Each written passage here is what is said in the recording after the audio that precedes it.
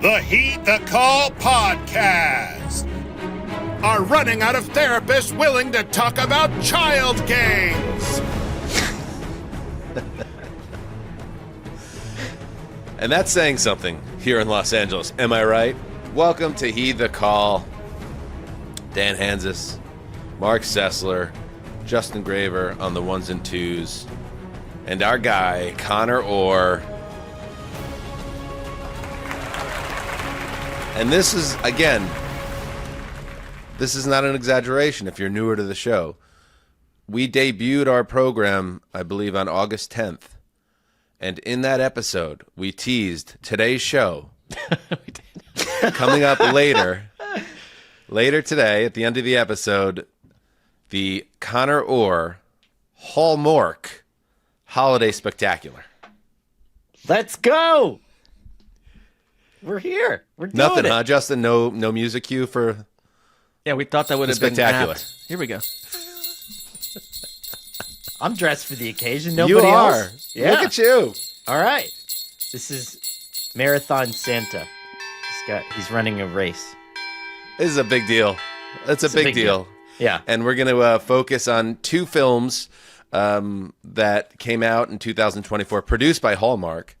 And I'm going to hope... one thing I want to get to the bottom of, Conor, when we get there, is one of the films that we're watching was under the Hallmark banner.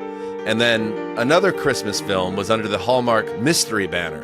Mm-hmm. But there were no mystery elements as far as I could tell. So let's stick a pin in that.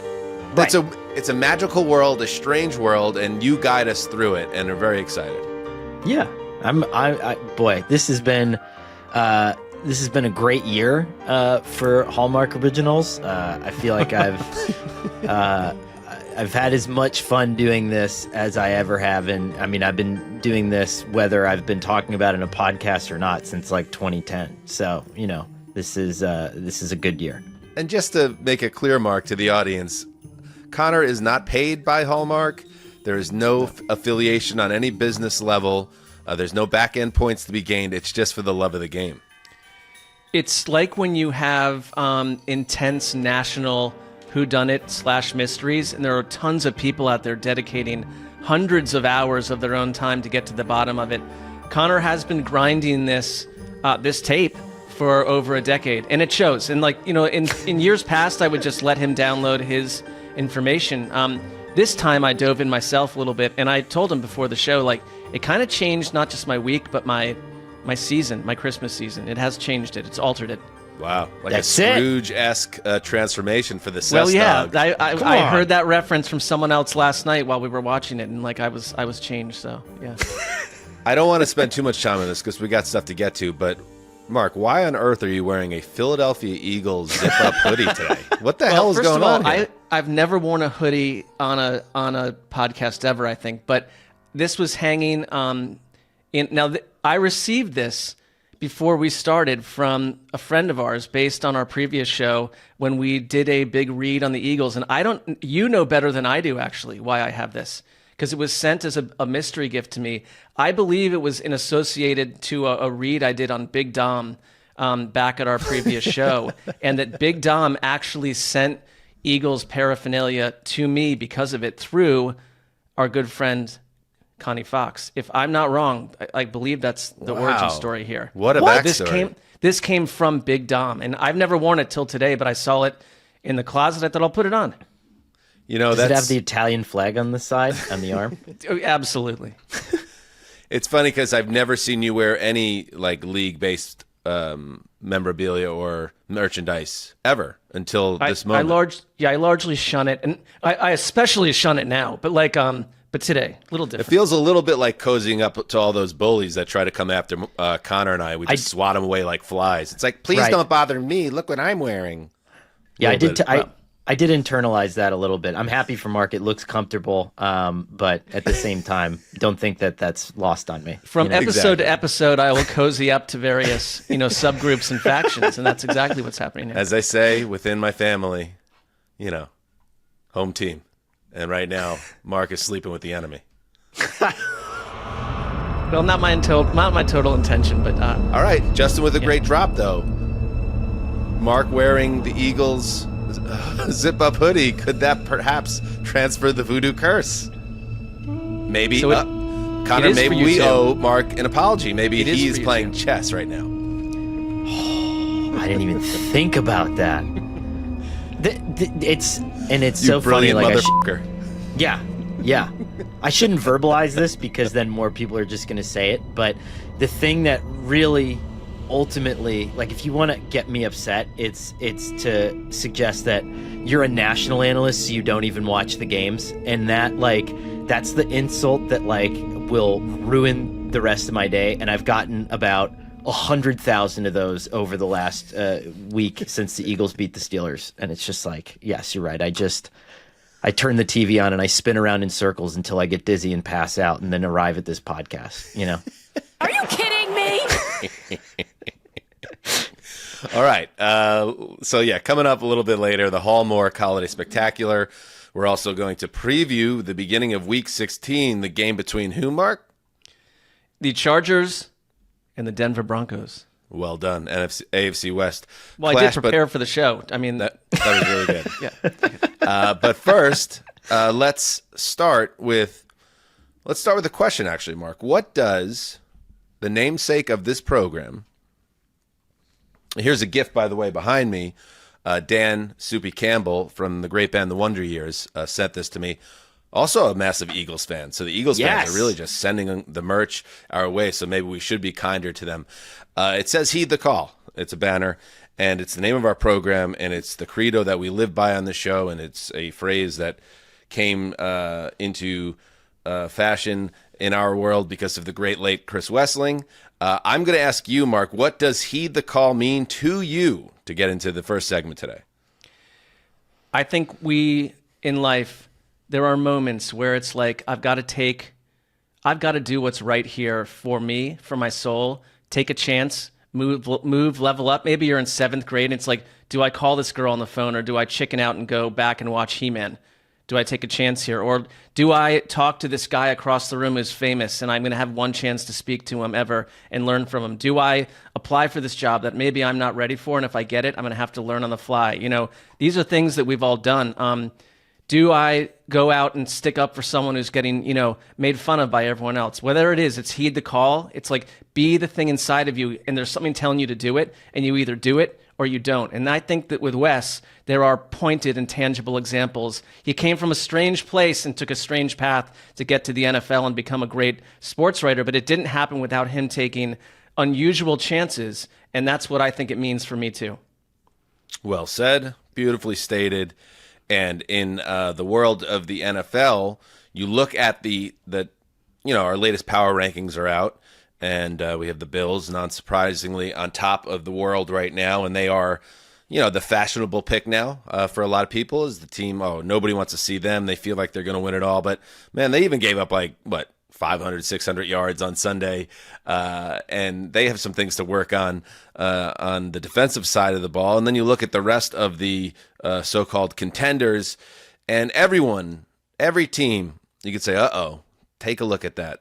There's somebody that needs to step up. There's somebody that needs to heed the call. And so let's talk about who needs to heed the call. We're going to talk about on Heed the Call, who needs to heed the call amongst the contenders in the NFL. And I'll get us going. I want to talk about the Lions.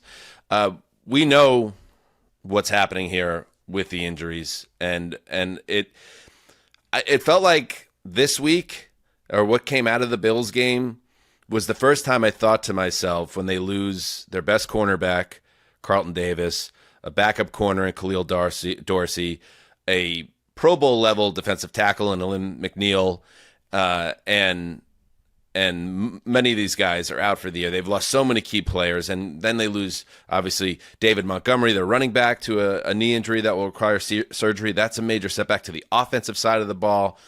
And it's the first time where it crept into my mind is like, oh, man, are the football gods not going to let this happen? Are they not going to let the Lions finally get to the Super Bowl? Dan Campbell is doing his part in addition to being the leader of the team. That he's using this as motivational fodder to get the team to rally at this time when people are starting to doubt them. Here's a little bit of Campbell from a Tuesday radio appearance. You know what happens is, you win 11 in a row, and you lose, and then the sky falls. And I hate to say it, but we're not going to be able to win 11 in a row again for the rest of this season.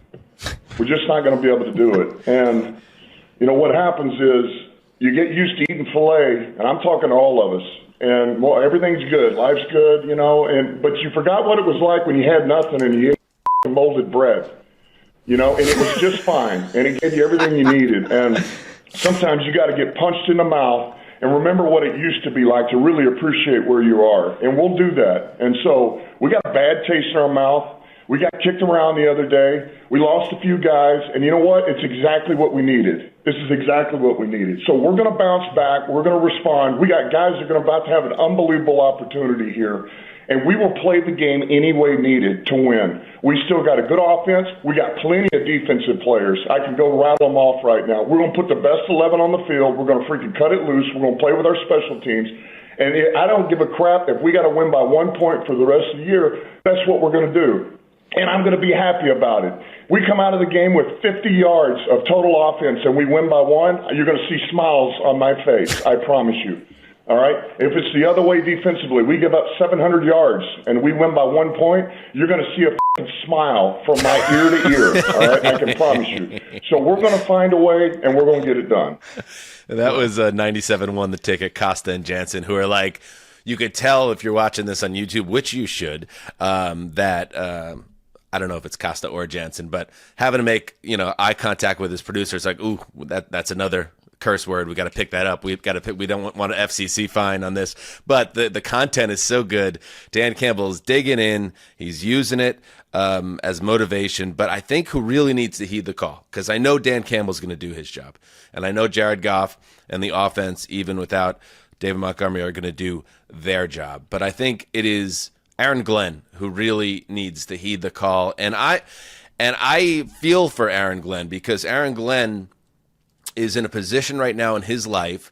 He was a high-level cornerback for many years, including many of his best years with my Jets, and now he worked his way up the coaching ranks, became the DC of this high-profile Lions team. It feels like he is a slam dunk to be either, a very serious contender for multiple jobs in the cycle in January, or, almost certainly, I think, get a job. However, he is in a little bit of danger if this Lions defense totally craters over the last month and a half in the season, and how that could change his stock, his personal stock. So he has a lot riding on the end of the season personally, and obviously for the team. And he needs to find a way to adjust. So we're going to learn, I think, a lot about Aaron Glenn here and what the Bills did. And, I did a lot of reading up on how the Bills had their way with the Lions, a game in which they piled up 559 yards and 40 some odd points, 45 points in that win in Detroit. This is a Lions team that is dealing with a lot of issues in terms of their linebacker group, and what they did was attack. Buffalo attacked, and great job in their scheme with Ty Johnson, as you talked about, Connor, attacking with Ty Johnson as their top receiver, 5 catches for 114 yards. Their tight ends combined for 14 catches for 251 yards on 18 targets. Their running backs and tight ends. So other teams are going to look to exploit that. And now it is on Aaron Glenn to find a way to disguise their issues, Connor, on defense with talent. The talent deficiency is obviously at a high level. They were playing a lot of straight man in this game. The idea here, and what a lot of speculation is, should this team be playing more zone? Should there be more blitzing involved? They have to change things up or they will get picked off. So Aaron Glenn, heed the call. I agree. I mean, I think that's a great thought. So the Lions, actually, they increased their opponent passer rating decreased by 20 points. If you look 13 games from last season into 13 games in this season, I think it was like a 90-something last year passer rating against the Lions on average. It was like a 72.1 heading into last week's game. What you need to do at this point is recognize that you may need to go back to something like that, where it's sort of a bend but don't break kind of system, and you can't necessarily play up to what Dan Campbell wants you to play up to. And it's just stunning, because going into this year, I thought Detroit was one of the deepest teams I have ever seen, and it would have taken only a historical anomaly on the injury front to gut them, but that's what we're looking at right now. And so can you even continue to play man defense, or do you have to really alter what you're doing? And the good thing is that they do have a backbone in that. Like Aaron Glenn has a backbone in this. Like he knows how to switch it up and to go back to what they did last year. So I'm curious if we do see kind of a fundamental shift in how they approach this. Isn't it also, in a way, for Aaron Glenn, like this isn't what you'd want to race down the stretch drive with this roster right now. But in context, he has a chance to really win a job, because if they can win a couple playoff games, and I think they just want to go to the Super Bowl, but if you can do it like this, I was trying to think of how many teams have been this banged up that ever won a Super Bowl. And it reminded me of the Aaron Rodgers Packers team that beat the Steelers, because their IR list was wild by the time they got there. But this is a chance for him to show everyone in the league, like, I have to communicate with like 12 new people that haven't been here since training camp and make this scheme work and adjust on the fly. And so if he heeds the call, like, he's head coach material to me, Dan.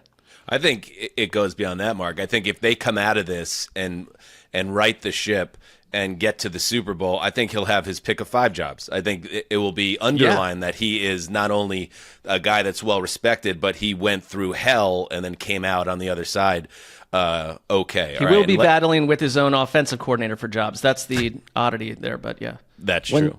One thing to add here is, like, if you want to do a sub heed the call, it's probably Terry and Arnold, right? Like, where you're a rookie, you're kind of one of the last guys left here. And if the directive is to continue to play man, it's like, hey, guess who gets the number 1 wide receiver now in perpetuity until the end of the season? I mean, that's big time for them.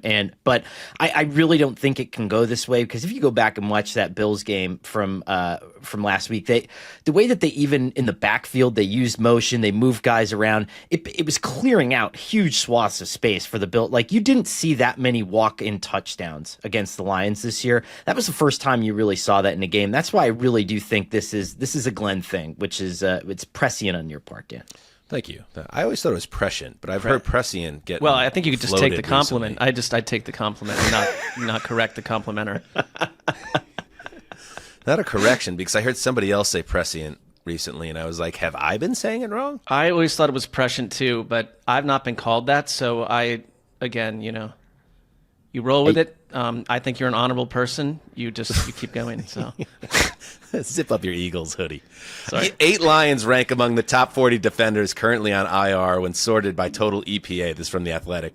No other team has more than 2 in the top 40. That's historic, Connor. And one last one. This is Mike Sando. 52% of Detroit's defensive starters or direct backups are on the IR. Literally more than half. Cataclysmic. Wow. Connor, who needs to heed the call? All right, so I'm going to go, which is odd. I mean, I guess naming a MVP frontrunner at this point, but Lamar Jackson. And the reason that I'm talking about Lamar Jackson is I just got done watching the Steelers matchup, the first one, because they're playing the Steelers again this coming weekend. And what's going to happen here, and what always happens, right? We saw this with Jared Goff during his run to the first Super Bowl, is the entire season becomes distilled as a quarterback in terms of what you see is all the things that gave you the biggest nightmares during the course of the season. And Pittsburgh, the way that they played Lamar Jackson, a lot of Tampa 2, they shut down the entire middle of the field. Lamar loves going to the middle of the field. And they basically forced him to throw deep and out. And they also did something really neat, which is basically lined up their defensive linemen in sprinter stances, but diagonal towards the center. And what they did was they ran straight at Lamar because they want him to give the ball to Derrick Henry, because they think that they have the tacklers, the guys who are athletic enough to handle it. And so the reason that I say that is because now, the Giants can't play the Ravens like that. So right. The Ravens are just going to beat them 35-7, right? But every other team that Baltimore faces from here on out that's going to be worth their salt is going to have linebackers that can play them the way that Pittsburgh does. And so we're going to see Pittsburgh again this weekend. The Chiefs are another perfect example of a team that can play them like Pittsburgh can. And so now all Lamar is getting from here on out is the worst of it, right? And so how do you respond to that? And can you shake that narrative off your back, right? That you play poorly against division rivals, that you play poorly in the playoffs, that you play poorly late in the season. This is a big moment for Lamar, I think.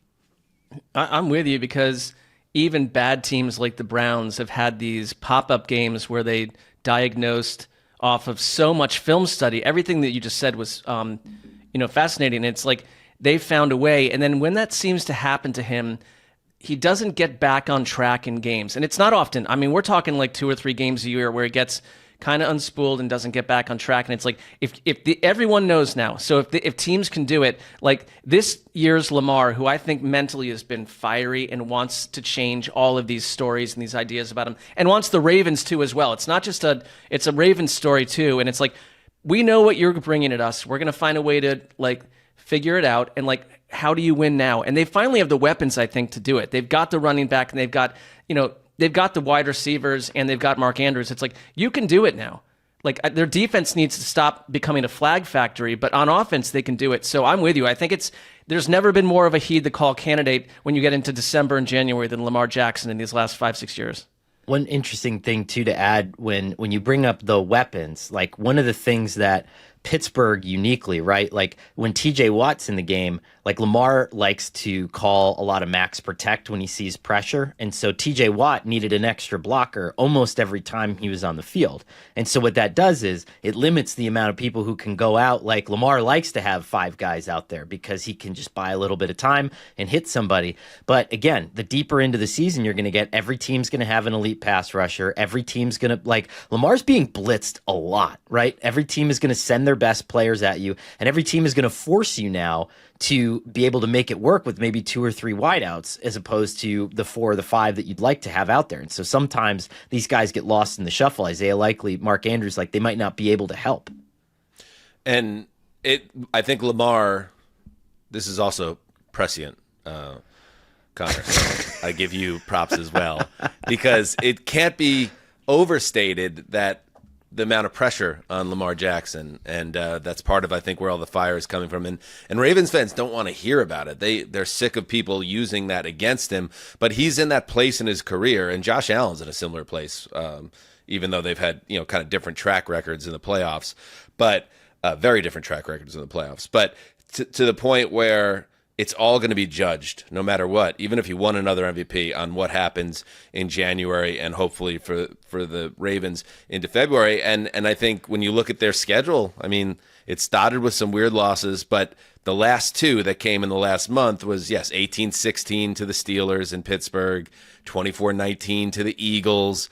And then it's almost like when after you stumble and don't really move the ball like you usually do in that Philly loss, then you go to the Meadowlands and torch the Giants for 5 touchdowns and more touchdowns than incompletions. And it's almost, for the people that have their doubts, it's held against you. It's like, oh, of course you do that, but we need you to do it when it matters. So I think the Lamar of it all is one of the more fascinating subplots of the NFL, certainly when we get to January. So good one. Great one. Yes, Grave Digger. I'll just add quickly on the Ravens front. First of all, we talked about the MVPs being quote unquote wrapped up after Josh Allen's incredible, stretch of games that he's been playing. I didn't say that. Lamar Jack. I said it on Sunday that he threw 5. He's fine. He's in the race. All the shows are going crazy. Like the new counterpoint is like, no, you can't say that about Josh Allen now. I mean, I get it. Like no one's saying that yet. Like Josh Allen could be kidnapped on Friday, and he's not going to win MVP if that happens. Or just injured, yeah. Like that's also possible. Yeah. Kidnapped by injury. Well, Lamar's got a stretch of pretty good teams here where if he balls out against them, he's going to put his name back in the front of the conversation. But I also wanted to say on the Ravens front, Justin Tucker's a guy who could heed the call at some point. I think he might be called upon in the playoffs to go hit a big kick. He will be called upon. He will be. And then Deontay Johnson is a guy for the Ravens that is just like, one of the weirdest trades of the year was the Ravens trading for Deontay Johnson. Then he refuses to enter their Week 13 game, so they suspend him for their Week 15 game because they had a bye Week 14. And now he's been excused from team activities this week after he and the Ravens mutually agreed on that arrangement. So I don't know what's going on with the Ravens receiving. I don't think he's a heed the call candidate, though. He's probably he's certainly not. He's Passing No, reversed. it was he's just the a call. point. Yeah. You know what I Just think a it point is? on the Ravens passing game is being weird. The guy in the Niners, Devondre Campbell, he did the same thing, and then the Niners and the whole world declared jihad against him. With this situation, it feels like the Ravens have taken a more internalized approach in terms of this mutiny or this desertion of the team. But yeah, he's obviously not been the guy that they were hoping he was. But the Ravens, they are a very fascinating figure in the AFC. All right, let's take a break. And by the way, I gave Justin Tucker a pep talk a couple weeks ago. Mm-hmm. And I think he took responded. that to heart. Yeah, I think he I responded. think so. I think he'll be okay. He didn't What have human to wouldn't? attempt a field goal against the Giants, just the 5 extra points, but he will be facing challenges down the road. Let's see what happens. All right, let's take a break, and then we'll hit one more of these and then move to the Week 16 preview. How's your fantasy football season going? Not quite how you expected. Ugh.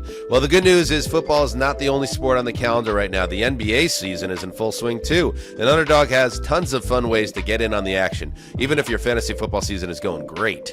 Maybe you want to carry that momentum over to another sport. That's how it works, by the way.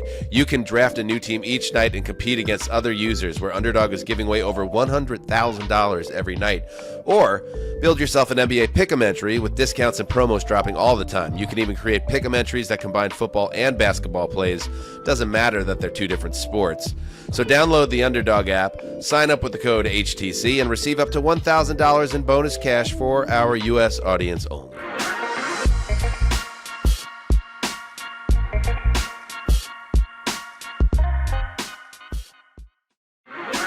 All right, we're back. By the way, before we get into the last Heed the Call, I should mention that in addition to the upcoming Hallmark Spectacular at the end of today's episode, tomorrow night, Wednesday, let me get this right. Got to get this plug right. The Hallmark film Holiday Touchdown, A Chiefs Love Story, a watch-along with Conor Orr, Mark, myself, Justin, and maybe some special guests. Will be live on patreon.com/heedthecall at 8:20 Eastern PM on Wednesday, 5:20 PM Pacific. Join us. Join the Patreon. Join that. Okay, now back to it. Heed the call. Marc Sessler, wrap us up. You know, for me, it's Mike Tomlin, and I think this is someone who has heeded the call year after year on teams that should have underperformed. They overperformed, but it's been a long time since Mike Tomlin has really taken a team the distance.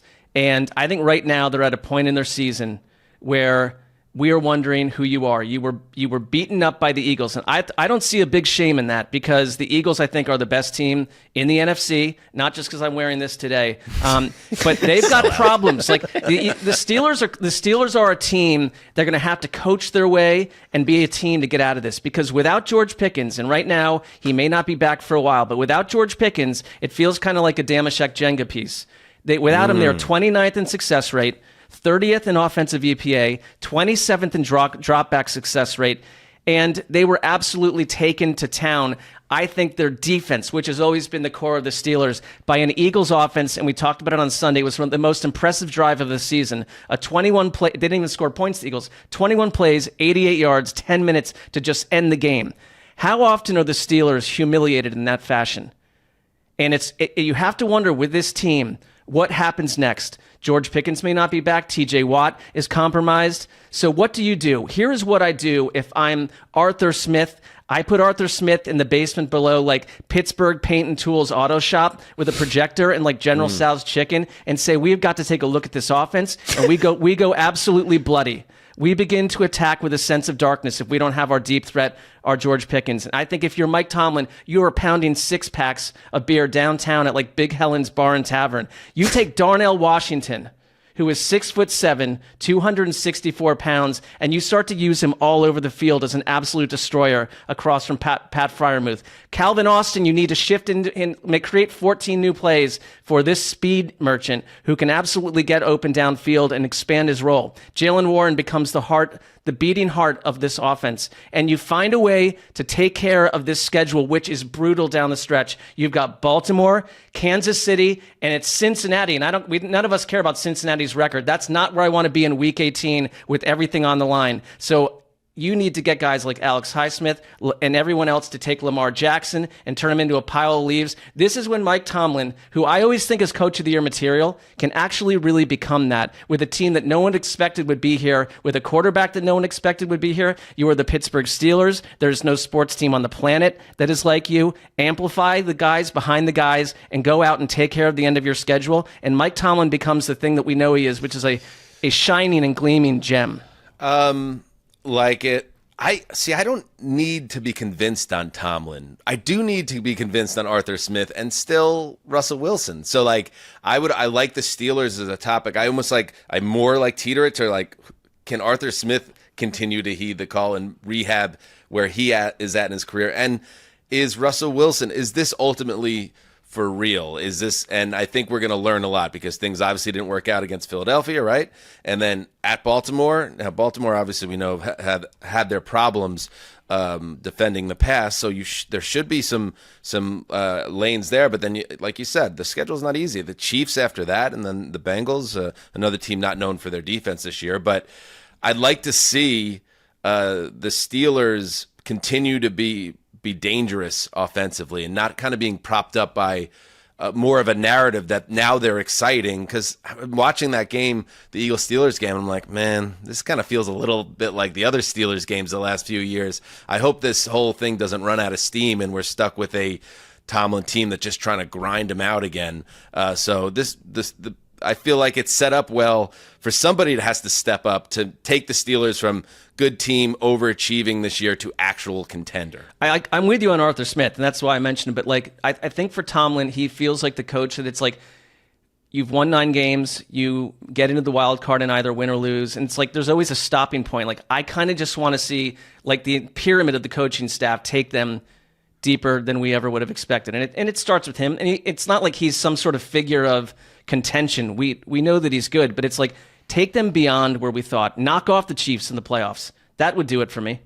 Yeah, I think doesn't Connor, like Tomlin, maybe what's been missing for Mike Tomlin since the last Super Bowl run is, the big time quarterback or the play caller that can elevate that side of the ball.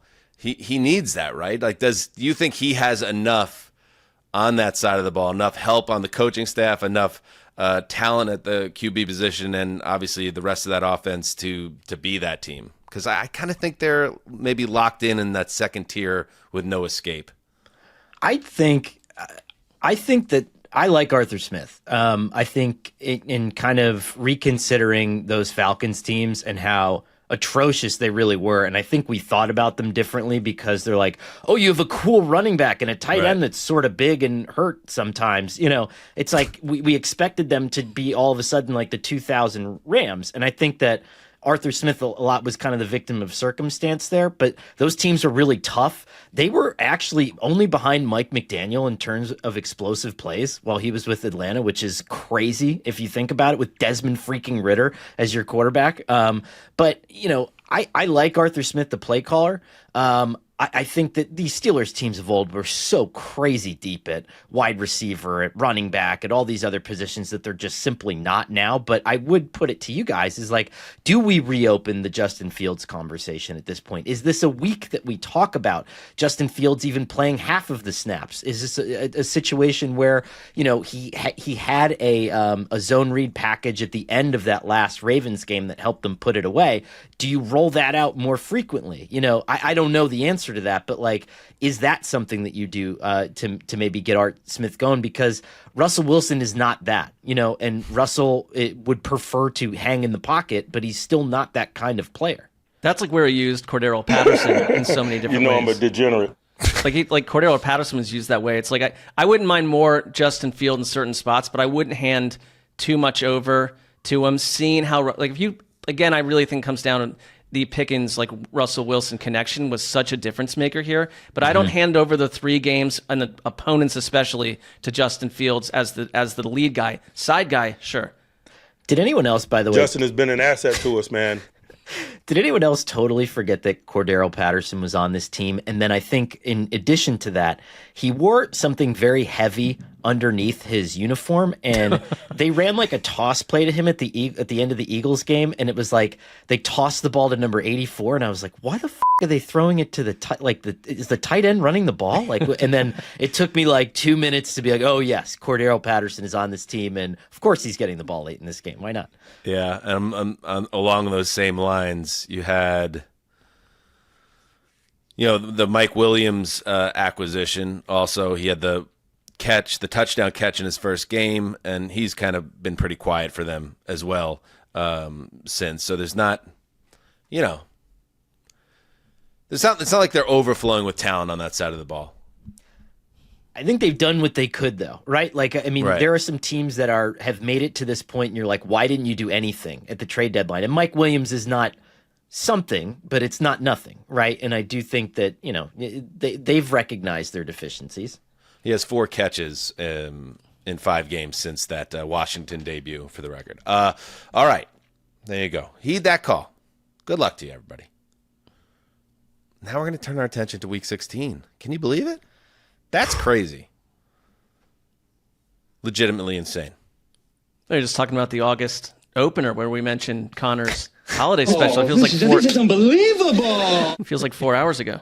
Have you noticed, by the way, that you said it's legitimately insane that that the NFL now puts insane ending on every one of their YouTube clips for like the end of a game, or crazy, but it's always crazy and insane, which are like clinical terms that we use for people that are like being outdated in the sport, are being phased out of the sports lexicon. But like, I love that we've just lost all grip on the art of the language, and it's just like, okay, the Spencer Rattler overthrows a guy, and it's just like insane ending, and it's like it's not insane. It's Nothing has tangible meaning at this point.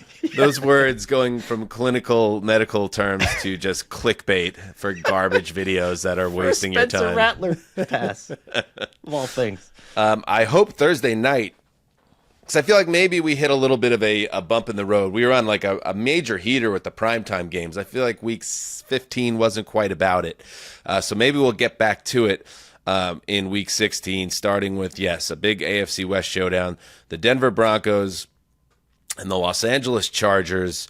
The Broncos are right on the doorstep now of locking up a playoff berth. And you get a Chargers team that's coming off a pretty dispiriting loss, obviously, against the Buccaneers at home, getting blown out in their own building. Justin Herbert a little bit beat up. So you got a really good matchup here that could have big playoff ramifications, if nothing else, in terms of seeding and positioning, because the rest of the AFC behind the Broncos and Chargers not looking so hot. So it could be more dramatic if some of those teams behind them could win a few games in the last month, but they were unable to. But still, we could get a good one here, Mark. What did you take out of that Chargers performance on Sunday? You were watching it live. Well, yeah, I mean, I think like as more people get into that game as the week goes on, it was pretty stunning, because I think that's like had the result been in reverse, and I knew about it in September, I would have been like, well, that makes sense, because that's sort of everything that we thought a Jim Harbaugh team would do to someone else down the stretch at home. Because I would have think like the Bucs and the Chargers, I kind of put them in the same category, but instead you get a hot Bucs team that puts 200 yards on the Chargers defense, which was the lowest scoring unit coming into the week. Now they're not. Now Denver is, so welcome to that. They're getting absolutely flamed by Baker Mayfield. All right, the defense of the Bucs absolutely massacred Justin Herbert. That was one of the biggest concerning elements in this. He doesn't look healthy. He's got lower body issues. He's got a thigh issue, and he just could not move the way you wanted. And I think we're learning that just makes the way you throw is changed off of that, your confidence level, and they really got to him. And now you're playing Denver's defense. So I think that's very concerning. The run game without J.K. Dobbins, he went to IR, has been not the same. And you're lucky, you're like fortune cookie blessed that like Lad McConkey is who he is. Because other than that, you're leaning on Quentin Johnston. Now, Quentin Johnston, only 4 more players have more touchdowns than him. So I do think that points to their coaching, and it points to what they've been able to do with what they have. But they are weapons poor, and I don't think they're able to be the Chargers team we want. So I think there's a lot of pressure this week specifically on the Jim Harbaugh kind of brand and experience to say, We're a game behind Denver, and if you beat Denver, you've swept them. That changes everything over the next 3 weeks of the season. I couldn't believe, just going back and watching that game again, Justin Herbert was one of the most blitzed quarterbacks in the NFL that week. And Levante David is amazing, but he's also 34. And in that game, he would just press the line of scrimmage. And if he saw an opening, he would just take it. And Justin Herbert could not get away from him and could not get away from anybody. And, you combine that with the fact that, again, like Quentin Johnson is good when there's space in front of him and, he has time to focus on it. But Herbert needed him to go up and get balls, to like smash people and to be physical. And he just wasn't getting it. And I wonder if, Vance Joseph almost does the same thing where it's like you have all these athletic guys in your front. You have some tough dudes up front too. Do you just absolutely just fire at the pocket again and dare Justin Herbert to get away from you? Because he might not be able to. On the Denver side of things, I'm curious to see what we get from Bo Nix. So Nix threw 3 interceptions against the Colts. If the Colts were even halfway decent as a team, I would say that they could have beat Denver. I think Denver was ripe for the picking in that game, and instead the Colts refused to be competitive. And the Broncos, and to their credit, they made big plays, none better than Nick Bonito's amazing defensive touchdown in that game. But Nix he threw 3 picks in that game by the third quarter, and he had 2 interceptions the prior week. And I'm just curious if where Sean Payton goes from here, is he working with the kid quarterback to rein him in? Are we going to see a more conservative version of Nix this week and moving forward, or is he going to continue to attack the field in the way that made him a Rookie of the Year candidate in the weeks leading up to Week 15? So that to me is like on the offensive side of the ball for Denver is very interesting to see. The other side of this with Denver is, Bonito is now, I think he is in the conversation at least for Defensive Player of the Year. He's been making plays all year long, and you wonder why is Denver been surprising? They have Bonito in the middle of their defense, and they have Patrick Surtain, who's arguably the best cornerback in the league.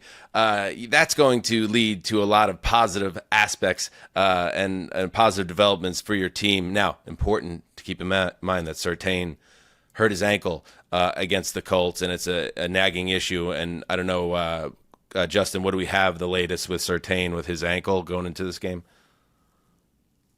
Full participant in practice on Monday, and very encouraging sign that he could play on Thursday night. So there you go. So, those are the 2 points for me, Connor. What do you see from Nix in this game? And Surtain being healthy helps them so much.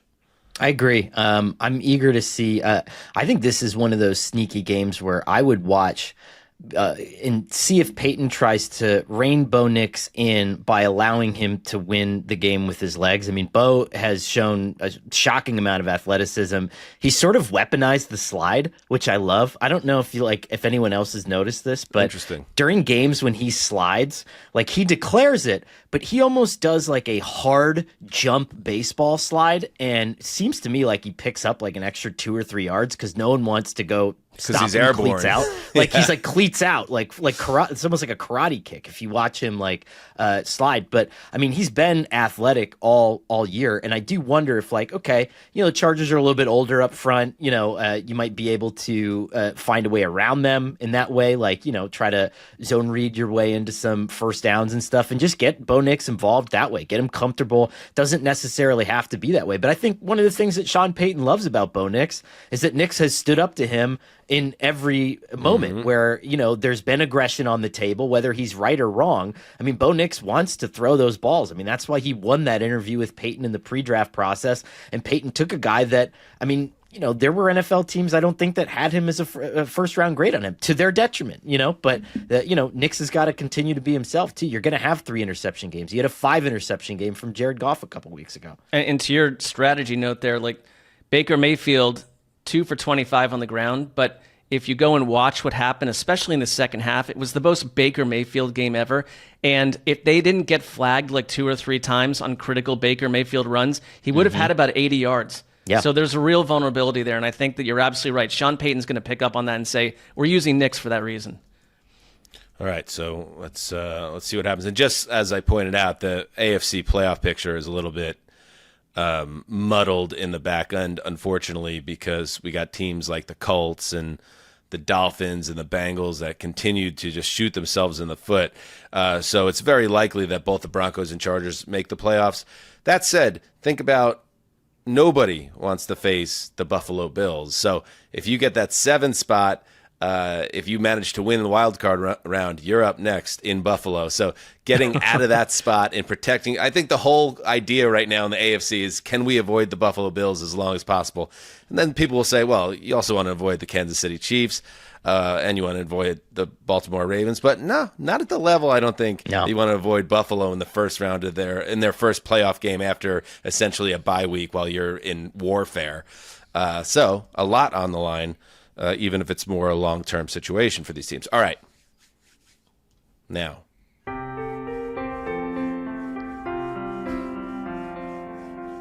By the way, Broncos clinch a playoff berth with a win or a tie.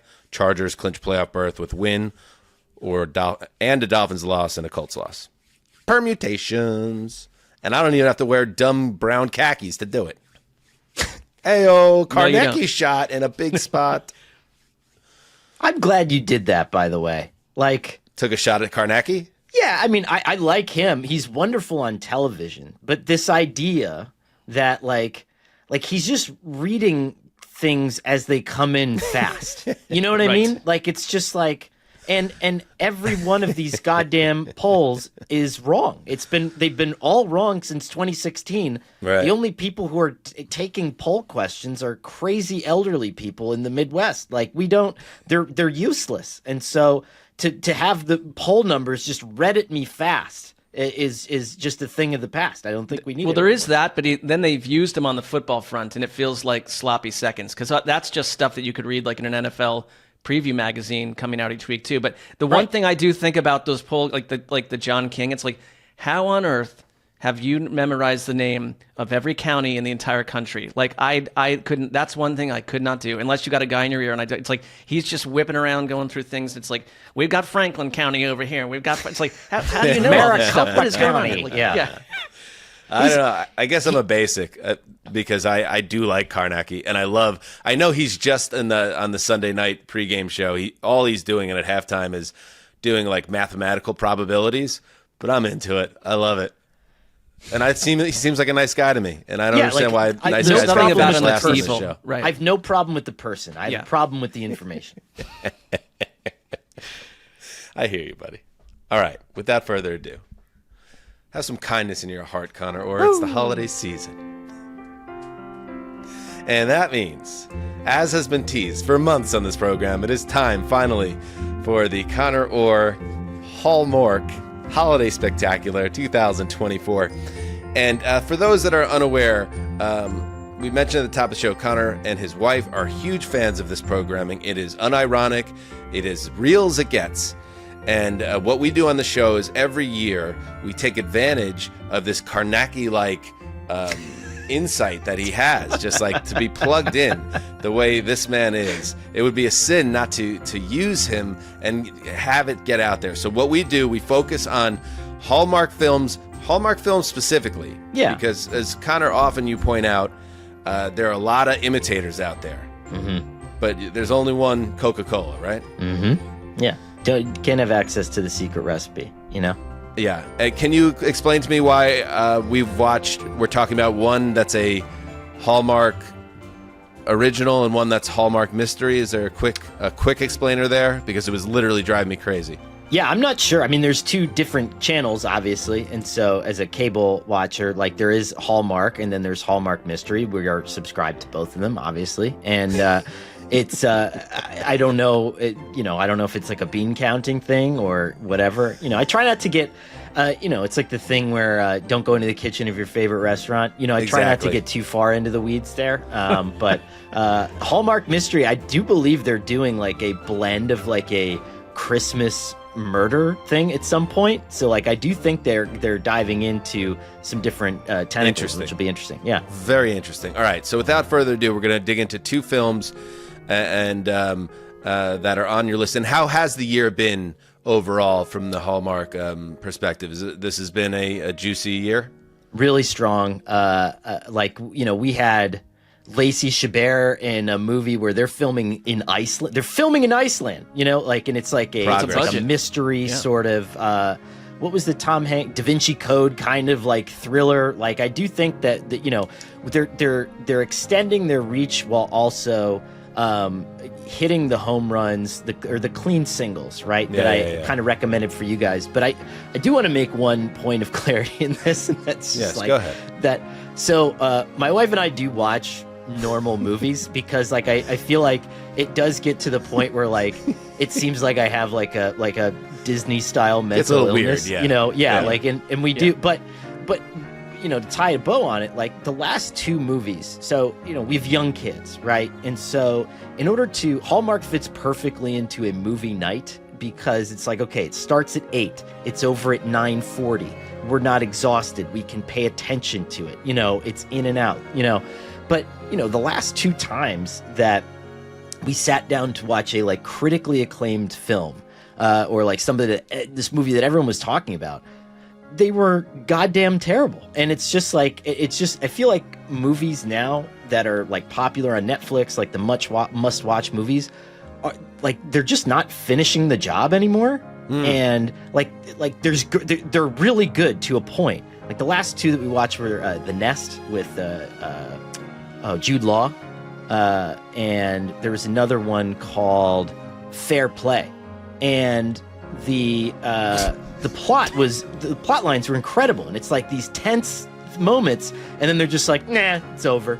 And my wife and I are sitting there like, we just lost a date night to this. I think I know what you mean. Like, if nothing else, you could be cynical about the Hallmark films, but at the very least, they're going to give you a beginning, a middle, and an end. It's Chick-fil-A. Like, you know exactly what you're getting. Like, you know, and you're in and out. You leave feeling good, and maybe not with Chick-fil-A, but like you leave feeling somewhat better about the world. And I have no problem with like every movie now being incredibly cynical and pointing out like all the disastrous portions of life, which seems to be, you know, whatever. But like, you know, they're just, it gets you what you want. You know, you get what you need out of it, you know? All right. Without further ado, two films we're going to talk about here.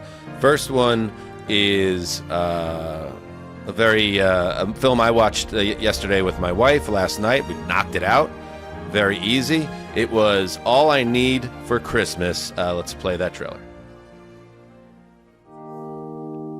You sound great. I just want to write something that will make my fans happy, but every step feels farther from my heart. When the music starts to fade, dreams only die when you stop watering them. Can a Christmas romance bring it back? Are you saying I should shake things up? Yeah, shake things way up. Trust me. All I Need for Christmas. Part of Miracles of Christmas. Only on Hallmark Mystery. Okay. So I picked this one specifically for you, Dan. Oh, really? Okay, go ahead. I thought that you would appreciate, and I'll get to the reasons why I liked it in a second, but I thought you would specifically appreciate the plot line of this movie, which is very much it's an age-old, boy meets girl story, but it's also a kind of a deeper examination of talent in the digital age and the survival of the singer-songwriter, which I thought you would maybe take some interest in. Yeah, I thought it was very interesting in that the film really, to me, it was like Succession crossed with a Hallmark Christmas film, and then also there's like a lingering subplot where the lead, the woman in it, I think is Molly or something. She is very anti Archer, who's the guy, because he works in tech. So I think this cross pollination, prescient. Boardroom intrigue, the wonders and the advancements, but also the dangers and the aversion to big tech invading our lives, all stuffed into this small town in upstate New York near the Finger Lakes. Unbelievable. And I thought the thing that really jumped out to me on this one, Connor, is that Archer, I read one review that I put really well, grew up in a dystopian capitalist nightmare with a father who pitted his son and daughter against each other, going as far to deny Christmas gifts to the child who earned less money during the fiscal year. Mm-hmm. Just barbaric, diabolical shit. So everyone has their own childhood issues, but Archer is the type of guy that has a lot to fight against. And my last point is his character is also the one, in fairness, Connor, that I continue to resent in these films. My wife was super into him. At one point, even remarked that he has big feet, and I was like, "Whoa, slow down." The actor. Yeah. Okay. Well, but his character, Mark, is handsome. I watched this this morning. Oh, you did? Okay. Yeah. Handsome, kind, compassionate, wealthy, and able to cook Cinnabons from scratch. First of all, I thought he was like a bit of a BJ Novak combined with a young Robbie Williams. I was trying to figure out who he reminded me of. For the background that you mentioned, to have such a disassociation with his own father and with his sister too. There's a lot of stuff going on that gets healed in this film. Sister's a nightmare. Well, that all gets solved though over time. He is extremely compliant, extremely domesticated, and rolls into this town with a lot of cheer. And he won her over. The girl, to me, I think you're right, Connor. Like, to your point, like, she does not believe in the new age of music production. She wants to be taken seriously as an acoustic, and he's sort of the villain. I did find it funny that she has this like active manager / agent who can only get her jobs in cafes. Like, anyone that's tried to get an piece agent, of shit, that guy. Well, but if you've tried to get an agent, you don't get an agent by being like someone doing $14 shows in a coffee shop on the side of town. But I guess that's how this works. But that's why I thought the role was so perfectly cast, because I think that we all have someone in our lives who deep into their 30s still harbors this dream of like performance in some way, shape, or form, and they will refer to like their 900 followers as like fans on Instagram. Right. And so this girl did perfectly. Like, I know that person. That person is in my life and actually does kind of look like her, and so it really hit home for me there. But I think the boxes that it checks for me here, you have to have a good meat that is very Christmassy. And so I think the meetup here was good in that he never really had a Christmas tree, didn't know how to chop down a Christmas tree. That was one I had not seen before, and she comes in, shows me how to saw down a Christmas tree. I thought that was a good one. And the other secret ingredient for me is it has to have like a weird character actor that I like from something else. And the singer-songwriter's dad was in a Lifetime original movie about the woman who kept poisoning all of her husbands with antifreeze. Oh, yeah. Perfect. And so, like, that's honestly one of my wife and I's favorite parts is like, oh, where do I know that guy? And it's like, oh, that's the guy who got killed by drinking antifreeze in a Lifetime movie. So all of that together, that gets me to like at least like an 8 out of 10 on this. Yeah, his parents really got on, or the parents of the woman Maggie really got on my nerves. They were just always around at all times. Well, they also they wanted her to be with him right away. Like, they couldn't have been more kind of like just moving the plot along, I thought. Right, and then I was going to ask you how many made from scratch Cinnabons out of 10 you give this film. But I just want to add one last thing. Other than the Archer being the classic archetype of men that I think in these movies that sets us all back, like I said, handsome, kind, compassionate, wealthy, could cook Cinnabons from scratch, has never farted. Like this non-realistic depiction of men creates unrealistic expectations for the women who predominantly watch these movies, and I don't like it. And finally, the hardest thing to do, they really swung for the fences in this one, Connor, which I respect. You remember That Thing You Do, the Tom Hanks's directorial debut in 1996 about the band called The Wonders, and that entire movie hinges on there being a song that became a sensation, a Beatles-like sensation. So the song for the movie has to sound like a song that would be a huge hit and a sensation, and that is really hard to do. And that song was actually written by Adam Schlesinger of Fountains of Wayne, rest in peace to Schlesinger. But the song that they have in this, because her whole dream is, I need to write the next great Christmas song, they unveil it at the end of the movie, and it's just her saying, wrap my arms around you like a ribbon, like 20 straight times. And I'm like, they didn't pull that off, and I have to ding it for that. That's good observation. That's fair. I was surprised Mark was talking about how hot the male lead in this was. Your wife. I didn't was say talking about how hot. I just said he looked like. I was trying to figure out who he looked like. I think and Dan, your wife was mentioned Into it, but like mentioned the size of his feet at one point when he was walking at the Christmas sex tree. addiction? You got a problem with sex? You addicted to sex? A sex addiction or something? I'm always surprised at, well, I guess I'm not surprised because the answer is never me, but like who other people find attractive. And like if I were to power rank, your kind of Hallmark leading men, like he's not in my top 7 or 8, but like I'm the feedback I'm getting from this is very interesting. Like I'm gonna have to ask my wife what she thinks about it. Yeah, I'm sure she was clocking his feet too. All right, to our next trailer for a film. Now, I did not see this one, so you guys could guide me through it. This film is called, what is it? Santa Tell Me. Santa Tell Me. Santa Tell Me. Like the title. You like that title. Santa Tell Me.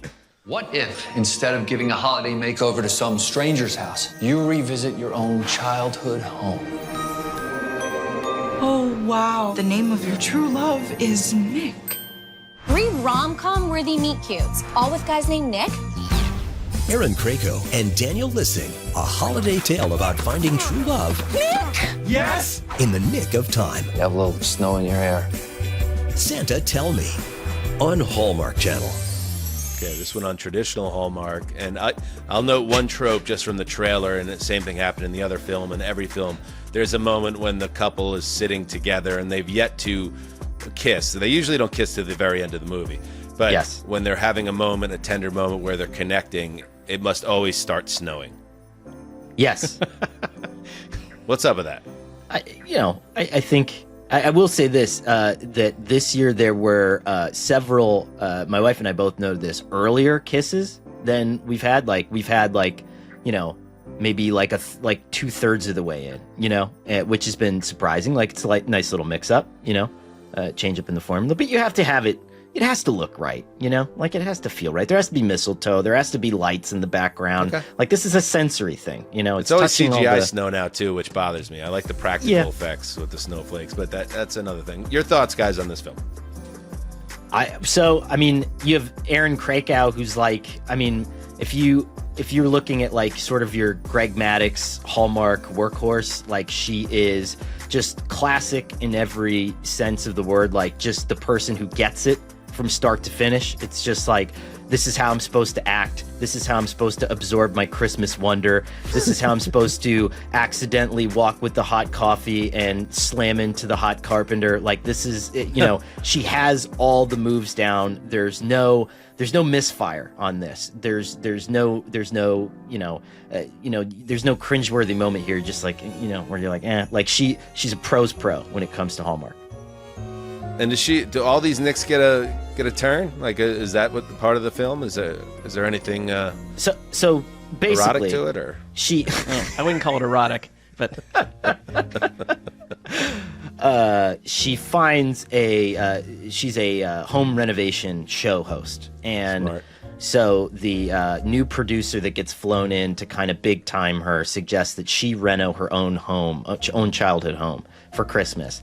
And at the beginning, it starts with like her wishing to Santa Claus that she wants this magical, perfect life partner and whatever, and then he never answers the wish. Well, she's going through the house and she finds a magical letter from Santa that's just like, you're going to find the love of your life and his name's going to be Nick. And then she runs into 3 hot dudes in 5 minutes named Nick, and surprise, it's none of those guys. So, yeah, so I've never watched one of these before in my life, at least that I can recall. And about 15 minutes, and I was like, why does Conor watch these, and what's pulling him in? And like, I was just being honest, kind of just cynical, but I wasn't like, I was watching it with my girlfriend. I'm like, Conor's like one of my favorite people, so we're going to keep watching this. But we're 20 minutes in, and she's met 3 of the hottest guys that you'd ever see, and they're all extremely charming, and they do to your point, Dan, they do everything that like whether an alpha male or like extremely tall, they're all like 6'5" with like the best hair you've ever seen, and like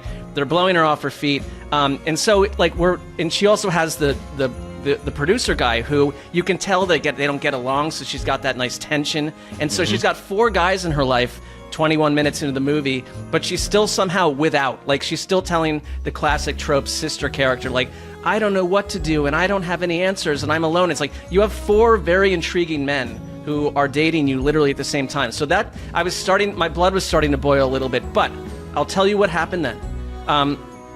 The story goes on. Christmas miracle. Well, the story goes on, and each of these guys kind of work their way out of the equation until the producer guy that was flown in, and like the one that she haggles with, like he emerges as this perfect sort of soulmate for her, and you find out that his name actually was not his name, and it was Nick, and like they had, and I am a sucker for rom-coms. Like I'll say this to end my point that. Like, when you go watch, like, the end of, like, Crocodile Dundee, I saw that in the theater as a kid, and, like, it made me cry. Like, Love Actually made me cry. Pride and Prejudice made me cry. Notting Hill made me cry. Like, I don't know what's going on, but this movie then did the same thing at the very end when they finally have that kiss, and I was like, I get it, Connor. I get it. I finally get it. I'm not going to go watch one of these every day, but it was like, it made me less cynical about the holidays, about everything, and, like, I kind of totally see the anchor and the weight around why you do it. It was a joy. That makes me so happy. I'm curious your take, Mark, though, that the pediatric neurosurgeon was absolutely the correct choice for her. Like, even though she did go at the very end to the producer and it's the secret guy, the first guy that she like meet cutes in this one at a coffee shop, they order the same like high fructose corn syrup gingerbread latte, and he has one of the best pickup moves that I've ever seen in my life, which is that they both ordered the same coffee. He takes her cup and then he takes his cup and writes his phone number underneath it and hands it to her and says, maybe we go get something together sometime. Well, no, he seemed perfect for it, but that's what was getting me annoyed, because it's like, you know, if you're watching this with someone that you maybe in the deep distance you did your version of this, but now it's like you're just hanging around on the couch all the time, right? And you got kids, it's like whatever's going, it's like you just seem like a 2 compared to this person that you're like imagining them at a coffee shop and someone doing the same thing, and it's like, I don't need this energy in this living room right now. But then they all find a way to make themselves look a bit foolish throughout. Like, he got conked in the head or something like that, and like I love when that happens. So he did a great line, which actually, like, I don't normally like audibly laugh, but he is a pediatric neurosurgeon who like helped children in other countries, and their link was that they it was like Doctors Without Borders. Yeah, and also pulled off a perfect adult mohawk, which was like, or like a half mohawk. I'll have to watch this film. Incredible. I gotta check this out. I think this would connect with you, Dan, this one. I don't know if I'll cry, but I have to watch this. So they connect over their love of this ice skating rink, and that they both went to as a child. He rents the whole thing out, and they're ice skating, they're talking, they're getting along well, and they slip and fall backwards, and he looks at her and he says, you know, as a doctor, I would suggest you put ice on it, and because they're laying on a skating rink. And I was like, this guy is just, he's pretty good. Got it, man. Diabolical. You know, like, yes, like, God. I've also, during this conversation you guys have had, I just started looking at Erin Krakow's Instagram page.